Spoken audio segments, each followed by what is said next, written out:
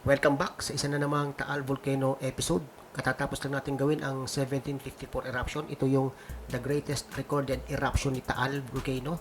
At talagang ito yung naging dahilan kung bakit nagsara ang Pansipit River, lumipat ang mga bayan kagaya ng Tanawan, ng Lipa, ng Bawan, ng Taal. At ito ay talagang naidokumento ng isang Agustinong pari. So kung hindi pa ninyo napanood itong vlog na to, panoodin niyo, nasa taas lang. Ngayon naman ang ating pag-uusapan ay tungkol sa mga precursory signs associated with the Taal volcano eruption, or ito yung mga senyales na may magaganap na pagputok si Taal. Ano-ano ba mga ito? So napaka-importante dito mga buddy, kasi sa estado ngayon ni Taal Volcano, hindi siya nasa magandang katayuan. At ito na rin yung sinasabi ni MyGeoWorld dito sa kanyang latest post, na ang ginamit nga na photo ay itong aking Taal Volcano activities, itong tungkol sa tremor episodes. So today, February 26, medyo nakakabahala yung pagtaas. So far, ito na yung pinakamataas na tremor episodes na naitala ni Taal. Mula noong nag-umpisa ito, ang pinakamataas lang noong 98. So ngayon ay 113 tremor episodes na may duration na 1 to 34 minutes. Dapat na ba tayo mag-alala? Yes. Pero yung pag-aalala natin dapat, palitan natin ito ng positivity, paghahanda, pagiging alerto. Kagaya ng paulit-ulit kong sinasabi dito sa ating mga video na itinapakita, sa mga post natin sa ating Taal Volcano News Update Facebook group, na kalimitan nga ay nababash na tayo. Sinasabi na palagi tayo nananakot, palagi lang tayong nagpo-post ng kung ano-ano sa halip na tayo mag-move on dahil hindi na naman puputok si Taal. I mean, hindi natin gagawin na manakot, pero ang purpose lang natin dito ay ma-educate ang mga tao. Kagaya nung nangyari nung January 12, wala namang ganitong Facebook group eh. Tanging sa Feebox lang tayo umaasa. At maraming na sorpresa. Hindi nila akalain na magkakaganon si Taal Volcano. Although, nagkaroon na rin ng abiso ang Feebox. Alam nila na may paparating na eruption. Kaya pinipilit nila na iparating ito sa mga tao. So ngayon, parang tinutulungan na rin natin ang Feebox na maiparating sa mga tao sa pamamagitan ng social media ang totoong estado ni Taal. Kaya nagpapasalamat tayo. Nandito si MyGeoWorld para magbigay ng kanyang analysis para malaman ng ating mga kababayan ang totoong estado ni Taal na hindi na ipapaliwanag word for word ng Feebox. Kasi sa Feebox makikita natin yung daily bulletin, yung advisory kapag may mga pagtaas or may mga hindi nakikitang maganda sa activities ni Taal. Ganun lang. Pero yung ipapaliwanag ng word for word, yan ang ginagawa ni MyGeoWorld. Kaya napakalaking pasalamat natin at merong ganitong tao na kahit na nasa ibang bansa ay patuloy pa rin na nagmamalasakit sa kanyang kababayan sa Batangas. Ngayon, ang pag-uusapan natin ay yung ipinost ni MyGeoWorld kanina lang. So today is February 26 ha. Okay, simulan natin. Ito na yung ipinost ngayon ni MyGeoWorld sa kanyang Facebook, na kung saan ang title ay TV Update or Taal Volcano Update. Please be alert po.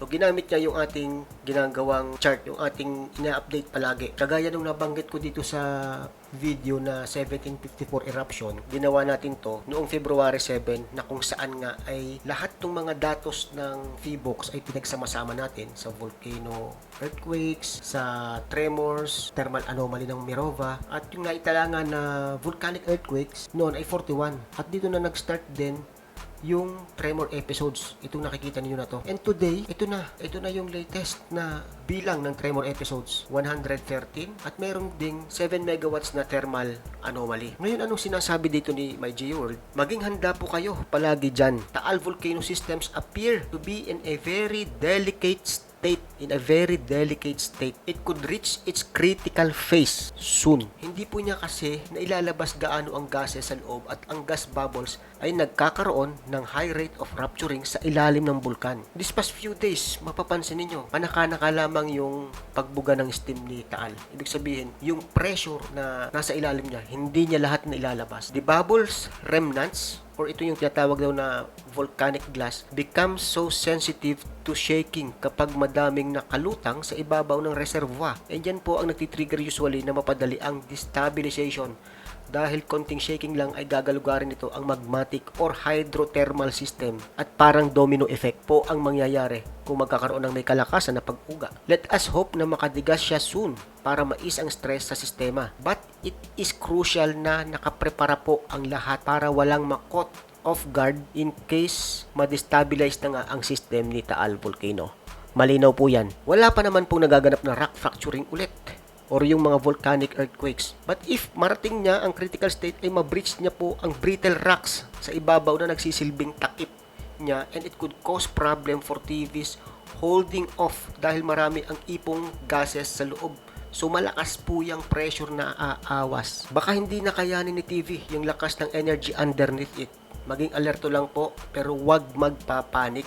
Kasi kung phreatic lang ay limited ang area coverage to TVI only. But yung aftermath ilang phreatic eruption na nangyari sa kasaysayan ni Taal. Diyan talagang nagsanhi ng pagkasira. No one can tell kung hanggang saan kakayanin ni TV na ma-hold niya ang pressures and makontrol at tuluyan ng bumigay. But certainly the pressure is building up and who knows what's next or when it will happen.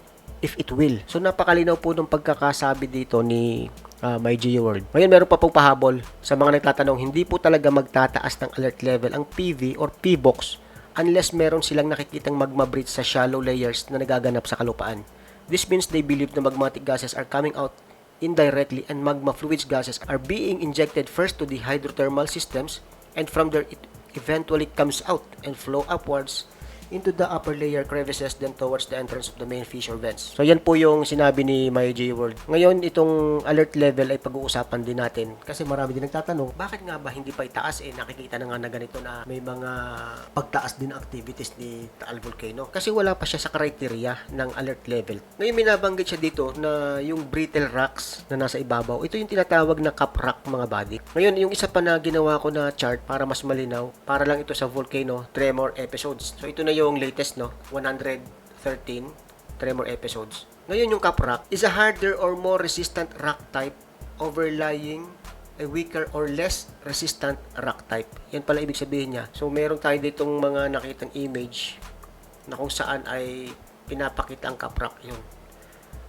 So kung ito daw yung ma-breach or masira, lahat nung nandito yung magma or yung mga pressures, tuluyan na itong lalabas. Yun ang sinasabi ng cap rock. So, ito yung latest ng Mirova, 1755. Ito ay nasa madaling araw ng 26. So, nagkaroon ng 7 megawatts to. Inflated si Taal at ito na yung kanyang satellite image. So, kita nyo, bukod tangi na siya yung naninilaw. Yung buong Taal Lake ay deflated. Then, may mga panakanakang inflation din dito sa paligid ng Batangas.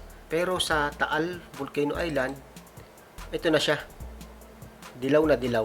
So, dumako naman tayo dito sa alert signals ni Taal Volcano. So, as of now, alert level 1 tayo. And, ito ay hanggang alert level 5. So, pag alert level 0, yung background quiet, no eruption in foreseeable future. So, ibig sabihin, kapag nandito na tayo sa alert level 0, diyan na tayo mag-relax. Maaring aabuti na ng ilang dekada pa bago magparamdam uli si Taal. Tandaan natin na very unpredictable si Taal.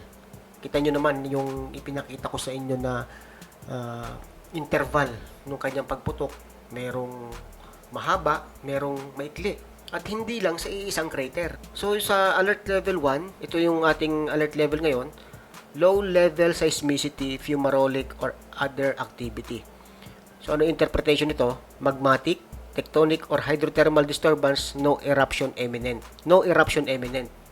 Pero, dahil sa medyo tumataas ngayon yung mga tremor episodes, ano kaya ang nasa isip ng PBOX? Kailangan na bang itaas sa alert level 2? So, ano ang alert level 2? Low to moderate level of seismicity, persistence of local but unfelt earthquakes, ground deformation measurements above baseline levels, increased water and or ground probe hole temperatures, increased bubbling at crater lake. So kapag itong mga nandito ay ipinakita ni Taal, probably mag-alert level 2 tayo. So ano yung interpretation niya?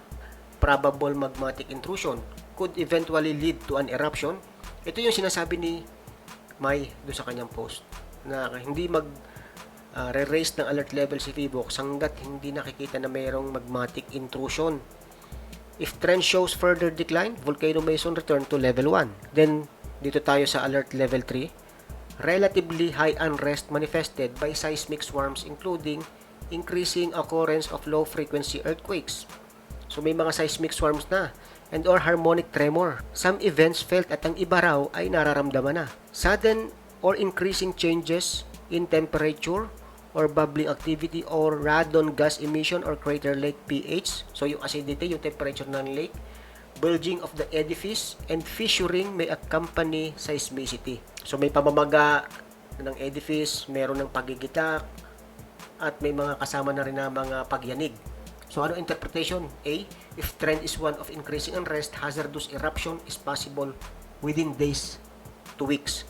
And B, if trend is one of decreasing unrest, volcano may soon go to level 2. Sa alert level 4 naman, intense unrest, continuing seismic swarms, including harmonic tremor and or low-frequency earthquakes, which are usually felt, profuse steaming along existing and perhaps new vents and fissures. So, interpretation, hazardous eruption is possible within days. And number 5, the last alert level, base surges accompanied by eruption columns or lava fountaining or lava flows. Ano interpretation niya? Hazardous eruption in progress, extreme hazards to communities west of the volcano and ash falls on downwind sectors. So, ano ba yung mga communities na nandiyan sa west of the volcano? Bilibinuang, Banyaga, Buso-Buso, Subic, yan ang pinakadelikado palagi. At ang last na pag-uusapan natin itong eruption precursors ni Taal. Ngayon may nakita ko dito na naipost ko na rin sa Taal Volcano News Update dati para mas malinaw. So nandito yung English at ito yung translation niya. Ito yung ating ipapaliwanag. So makikita dito sa illustration na to ang Taal Volcano Island. Ang title niya ay Precursory Signs Associated with Taal Volcano Eruption. Okay, Tagalogin natin to ha. Una, kapag mayroong pagtaas ng water level ng lawa. Pangalawa, kakaibang pagkilos ng mga hayop sa paligid. Kapag nakikita mo na yung mga alaga mong hayop medyo balisa, para may kinatatakutan at hindi mapalagay, yung mga grupo ng ibon ay nagliliparan agad. Dito makikita natin sa part na ito ng illustration, yung mga manok, yung ahas, yung aso. So, yung mga ahas, siguro, makikita nyo, naglalabasan. Dito sa Indonesia, isa sa senyales na alam nila na may mangyayari pagputok, yung mga unggoy sa kagubatan, bumababa sa kapatagan. Then, number 3, pagkamatay ng mga isda o fish kill. Then, number 4, bigla ang paglaki ng usok sa bunganga ng Taal. Kagaya nung nangyari noong January 12, 2020. Nagulat na lang tayo na yung paglaki ng usok na nakuhanan pa ito ng mga turista na nandun mismo sa pulo. Mabuti na lamang at alerto yung isang guide nila at lumikas agad sila bago pa sumambulat si Taal. Then number 5, amoy asupre. Number 6, pagtaas ng bilang ng lindol sa paligid. So katulad nung nangyayari ngayon, meron ng 113 tremor episodes na naitala. Ngayon kung magpapatuloy ito tapos masamahan pa ito ng mga volcanic earthquakes o yung mga tinatawag na rock fracturing, delikado na talaga. Number 7, pamamaga ng lupa sa mismong pulo. Number 8, pagtaas ng mga steam o pagkulo ng tubig sa lawa. So may isang video akong nakita na kung saan dito sa may area ng Binintiang Malaki ay may mga pagkulo ng tubig. Last week, nagkaroon ng isang video din na yung ating isang kababayan ay pumunta dito sa Binintiang Malaki at nakikita na may mga steam na lumalabas sa tuktok nito at may mga namamatay din na mga halaman sa part na yon. So ito, kasama rin yon sa senyales ha. Number 10, pagbabago ng temperatura sa paligid. So medyo kung napapansin nyo na kakaiba, maalinsangan, maaaring ito ay may kaugnayan kay Taal Volcano. At number 11, pagkatuyo ng mga halaman sa paligid. Kagaya ng sinabi ko kanina tungkol dito sa may Binintiang Malaki. So sa ngayon, ilan na ba ang napapansin ninyong senyales, mga kababayan, mga kabatang? Hindi ibig sabihin na tumataas itong tremor episodes. Ito lang yung ating pagbabatayan or ito lang yung pagbabatayan ng Fivox. Napakarami pa na senyales. Pero minsan nasa sistema ni Taal na walang ipinapakitang senyales, bigla na lamang puputok. So yun po yung ating iniiwasan. Kaya patuloy po tayo na nandito nagdadadakdak sa inyong harapan para kayo'y paalalahanan, para kayo ay mabusog ng kaalaman tungkol dito sa nangyayari kay Taal Volcano. Hindi po ito pananakot. Mas magaling na po na tayo ay handa, mas magaling na po na tayo ay alerto sa lahat ng oras kasi buhay po yung nakasalalay. Alam ko naman na ating mga LGU ay nandyan para kayo ay tulungan, para ayusin lahat kung sakali man na may ganito na mangyayari. Okay. At kung hindi ka pa nakasubscribe sa aking channel, pakipindot na subscribe button, pati na rin ang bell icon para updated ka sa mga videos natin gagawin muli. Ito yung Supremo. See you next time mga buddy.